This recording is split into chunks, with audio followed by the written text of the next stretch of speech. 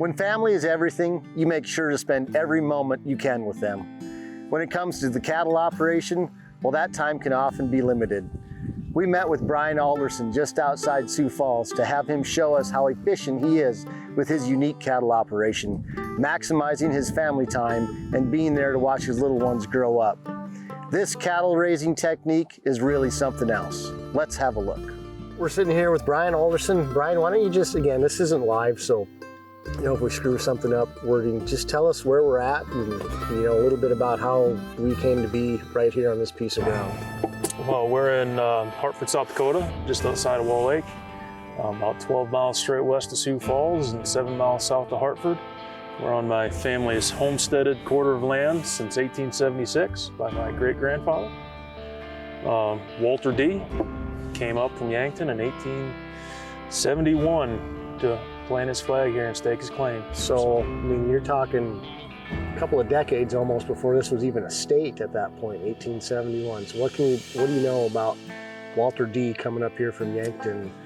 Not a whole lot, surprisingly. I know he came up here from Yankton as a bachelor and lived and tilled the land for several years before he married the daughter of one of the neighbor guys and ended up having a pretty large family. I want to say that there's 8 kids to begin with. Obviously, at those days and age, several of them didn't make it past a year, and most of them didn't make it past 10 years. So yeah. He was the last of the bunch, and actually, he didn't know my grandfather Marvin didn't know his dad very well either, because he died 6 months after Marvin was born. Yeah. So. It was a little different time back then. But yet it stayed in the family name for 4 or 5 generations now. Yeah, I'm the 4th, hopefully raising the 5th right now. So, yeah, Marvin had some older brothers, and they were kind of in charge of the land, and they both died young while he went to World War II, and he drove truck over there and married what ended up being my grandmother when he was living in North Dakota trying to find work in the 40s. And they got married as his brother passed away. He came back down to the farm and took over from there. Well, and if you were in North Dakota, I mean, coming here is kind of like paradise then. Yeah, this is God's country down here. Compared to that. This is God's country. The highest point in elevation in North Dakota is the interstate crossings. Yeah, there you go. Where it comes from. Like I just got done explaining, off my small farm, I produce 900,000 pounds of beef a year. Well, that's usable product. It's a lot of protein. That's, 231 pounds of meat consumed by the average person in this country a year. I mean, you're talking about thousands of individuals that are fed from one producer in one small community in South Dakota. Right. It's kind of mind-boggling to think about. I mean, when it gets down to it, we're fighting hunger. We're fighting a lot of things, and at the same time,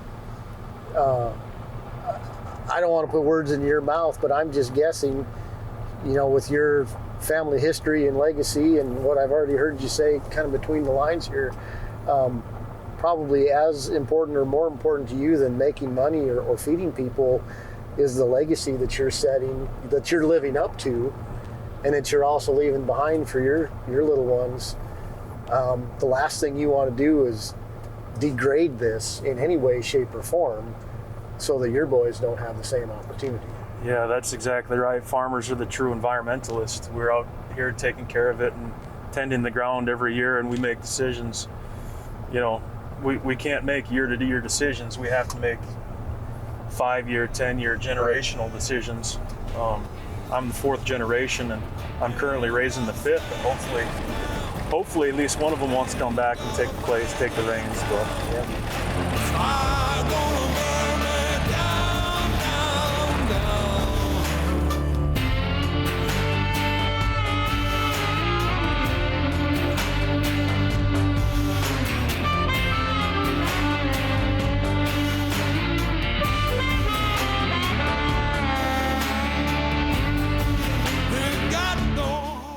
Well, what are we going to do? Oh, well, I'm just going to jump in that skid loader there, dump a little feed in. I'm going to fire it up and let it mix for about 5 minutes and feed some steers.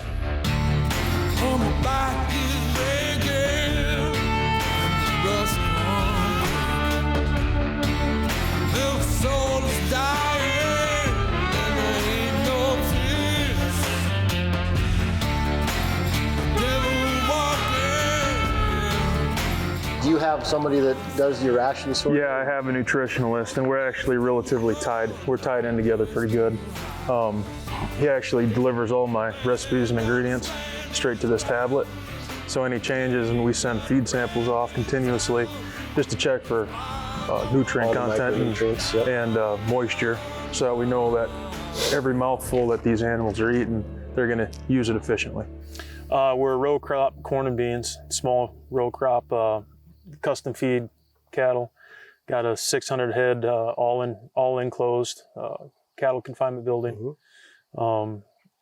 That really freed up a lot of my time to be able to spend more time with my family, which I appreciate. You know, so many people my generation and younger left the farm for better opportunities because it's a lot of hard work and it takes a lot of grit, and to maybe ease a little bit of the pressure off is part of the challenge. So, well, and that's, you know, people talk about it. It's a tough life, and it sure can be. But you know, with advancements in technology, you know, those are designed to make our lives easier. So, I mean, without, you know, that's part of the reason we're here, is because you've got a really cool setup that you, and it sounds like a friend have designed. So, like I said, it's all enclosed cattle barn. We have a central conveyor that deposits feed to the cattle once a day. There's 600 head in there, divided up by 4 pens. It's as simple as it's a pretty tight. It's with true CAFO. It's pretty tightly designed. I empty or fill a feed wagon once a day, twice a day for different pens, and watch it unroll and watch feed fall off the conveyor. It's as easy as that. It's really changed my time schedule from, you know, 5, 6, 7 hours a day down to an hour and a half to 2 hours a day.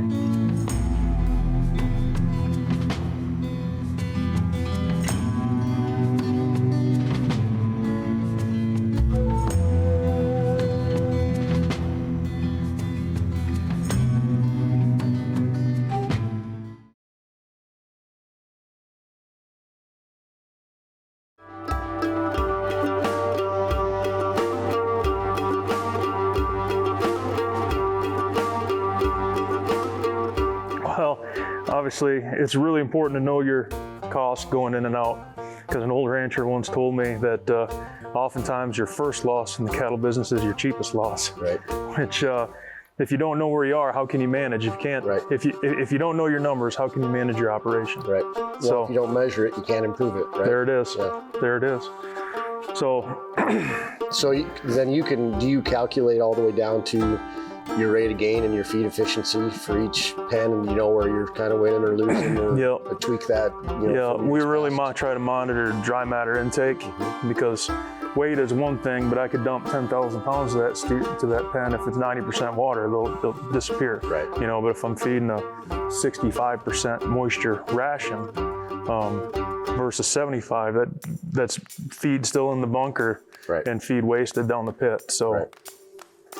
You know what's worse than finding a worm in your apple, right? What's that? Find a apple worm. Yeah, there you go. There you go.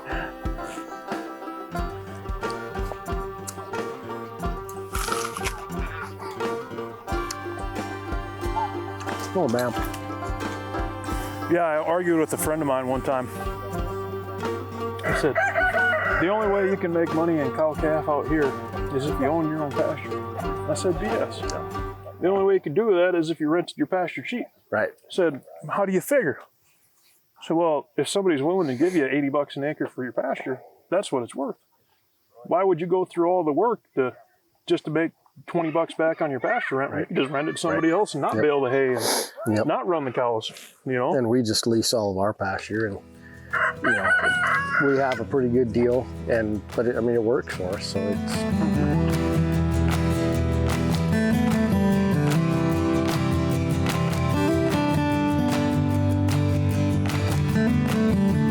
Keeping in mind, you know, our audience here is we're trying to get to, you know, maybe a more urban audience that, you know, they hear CAFO, or maybe they don't even know what a CAFO is.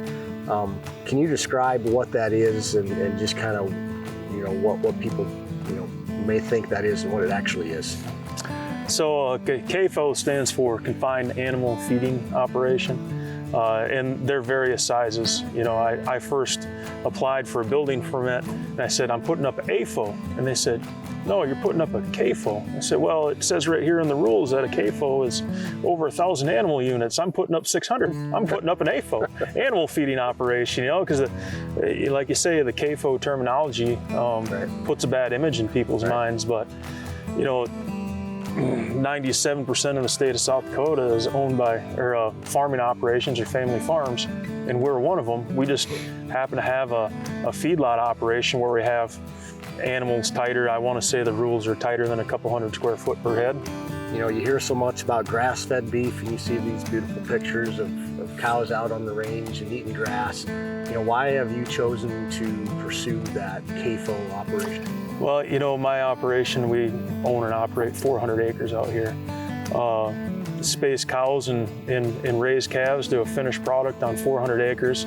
You're looking at me being able to produce, you know, 20, 30 head a year, 5,000, 6,000 pounds of beef, you know, usable product. And as of right now, under this CAFO, almost all the feed comes from the same 400 acres, but I'm producing 800,000 pounds of meat a year. Yeah, which amazing. It's pretty substantial for one individual to be able to do that by himself. There's no employees out here, just me and the family. So the amount of people you are able to feed a high quality protein to by putting up a building like this is just, it just goes up exponentially. And I mean, that's, like we said, you know, people can take for granted the cheap sources of protein we have in this country, but it's because of people like you and your investment, time, money, and effort to make that process so efficient that we produce not only the best beef in the world, but the most beef. And I think it's just amazing that, you know, we're fighting hunger, we're fighting a lot of different things with this. So it's pretty awesome.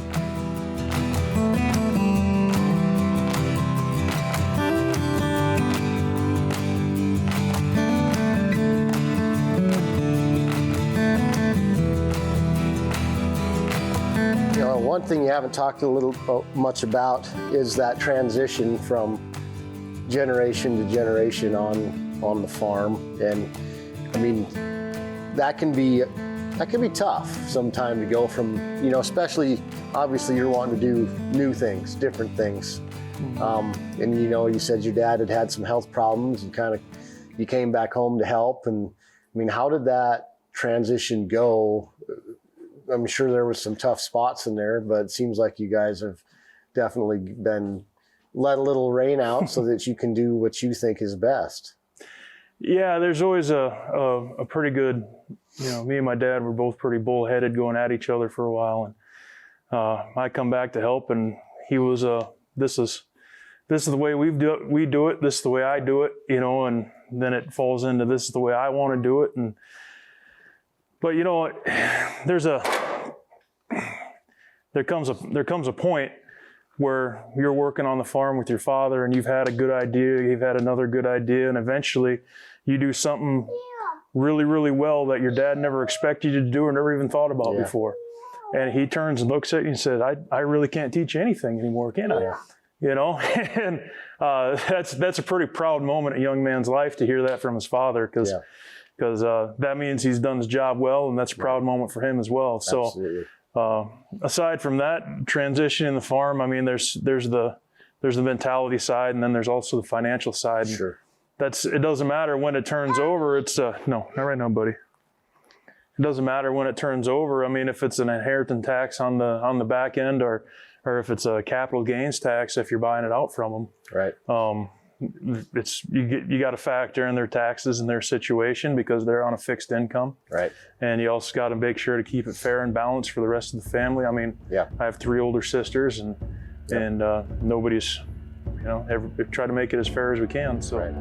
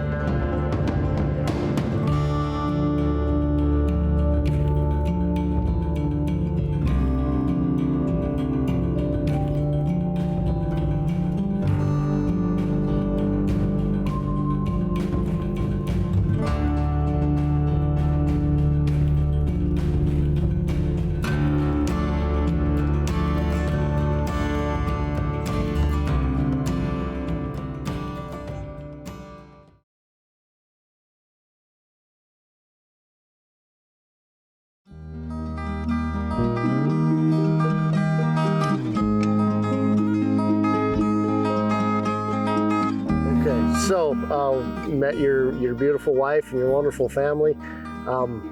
Tell us about how you met her and how that got started. That's a pretty interesting story. I had a friend that asked me if I wanted to go out and have a beer with her, and she asked because she knew I would probably say yes. And I was working in Sioux Falls as a bouncer in a bar. she said we were gonna meet some people. I'm like, okay, whatever, I'll go. I didn't know anybody, it's fine. Well, I show up, and apparently she was on a blind date with Brian. Pointed me out from across the room to one of her friends at a bachelor party and said, I know he's single and he's looking. You want me to introduce you? She said, yes. Well, our plans fell through a couple times, so it was a true blind date. So she got a little bit nervous and she decided to invite a friend for just a meet and greet. Erin was her friend. So it was just her and I and Brian. And then apparently she started inviting some other people along, and I didn't know them either. And so I was just like, well, I'll sit and visit with him. He's easy to talk to. He didn't know any of them either. So I went on a blind date with 2 girls, and the next day, both of them called me back and said, I had a great time. We should do it again. So I found him on Facebook and sent him a message. And, you know, it was 1:30 in the morning, and sending a guy a message. I was like, this is just not like me. I shouldn't be doing this.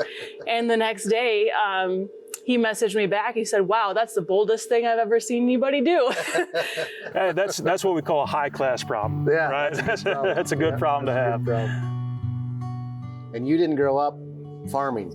No, my grandparents, my dad's side grew up farming, so and my parents were young when they had me, so I grew up around the farm a lot. I have a lot of aunts and uncles that farm, so I grew up around it, but not. I mean, we were town kids, so yep. So, but I grew up out in the country, being with my grandparents a lot. So. Well, it seems like you've certainly found your stride here. It looks like Brian can leave for however long he wants, and you'll hold down the fort and keep the cows fed. I try. Yeah, it looks like you do a wonderful job in raising some beautiful young kids. It's fun to see, you know, people that are still living, you know, this country life, this homegrown life. You know, there's a lot of pessimism in agriculture and people saying that young people can't do it, and there's not any young people going into this business, and there's no profitability. And I just think it's a wonderful testament to you and Brian and your family that you guys are here doing this, making an investment and doing what you think is best for your family. Thank you. Yeah, we try to keep it simple and work hard. Awesome. That's how it works, you know. Very cool.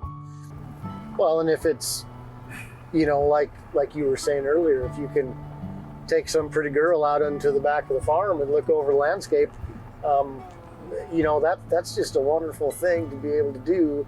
And you know, it's so awesome to be able to be a part of that and to have more people come out and to appreciate that. But at the same time, you have to be profitable to be sustainable. Mm-hmm. So yes, ecologically, we want to do what's right, and you are containing the waste from 600 animals here in this really revolutionary style building, but you're also making it more economically feasible for you guys to make a living and to pass that on, and to have some hope and promise into this, because nobody wants to come back to a farm if it's all work and no fun and no profit. Even if it is beautiful, you got to make some money at it too. Yeah, how many first dates end with a drive out to a secluded pasture and sitting on top of a terrace overlooking the sunset, right? Just the best ones. Yeah, just the best ones. Yeah, you know, all these crops that are grown out in this area, they all revolve around a couple key nutrients, same as humans, and that we're absorbing those nutrients, N, P, and K, nitrogen, phosphorus, potassium. What you don't realize is that a lot of that NPK comes from natural gas mines. This building itself, it recycles all those nutrients within that pit that I disperse back out into the field. And there it is, the bicentennial homestead, Walter D. Alderson, 1876. It's awesome. Yeah, we pretty proud of that. Absolutely. I don't know if we just got kicked out of every decent place to live and we were stubborn enough to stay, but at least that speaks to some longevity here, right?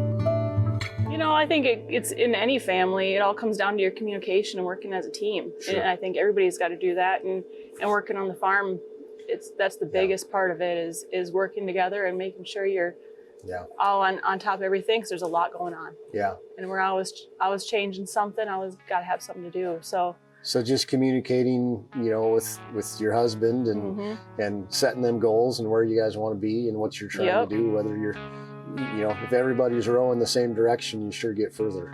We try to have a dream, but a goal without a plan is just a dream. So we're really goal setters here and going for it. So it's our lifelong thing is to get these boys out here and teach them how to work hard.